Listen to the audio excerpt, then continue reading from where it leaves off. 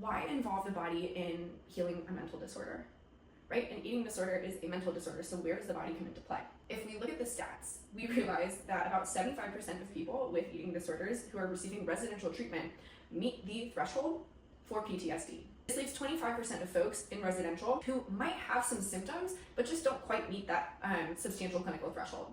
What that tells us is that trauma and eating disorders really go hand in hand. And the eating disorder might be a tool that folks are using to cope with the fact that they're living in a traumatized body. Most of us have read The Body Keeps the Score. So we understand that the body is recording our experiences on a cellular level and adapting its function accordingly.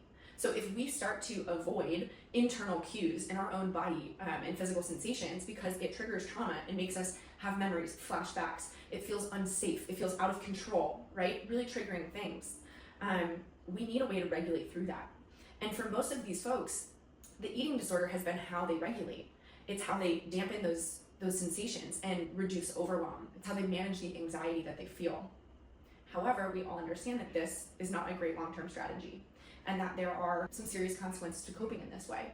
So the reason that we need to bring the body back into the conversation when we talk about healing and we talk about embodiment practices, right? Practicing being in the body. Yoga plays a huge role in regulating the nervous system, right? Activating the parasympathetic nervous system so we can be in that rest and digest mode and start to feel what it's like to be in our body again and for that to be a safe and pleasurable experience. We cannot just think our way into a new life and a new nervous system. At some point, we're gonna have to do something differently to signal to the body it's safe to relax. It's safe to let your guard down, and even though you can't control your hunger, your pain, your soreness, you can get in touch with it.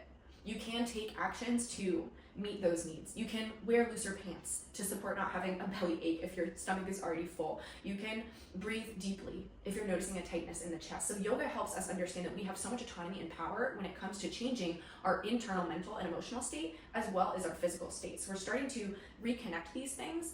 They've been disconnected for a long time from the eating disorder. And so this is bringing the mind and the body back into conversation. And when the mind and the body are working together towards a common goal, such as healing and living a life that we love, really powerful things start to happen.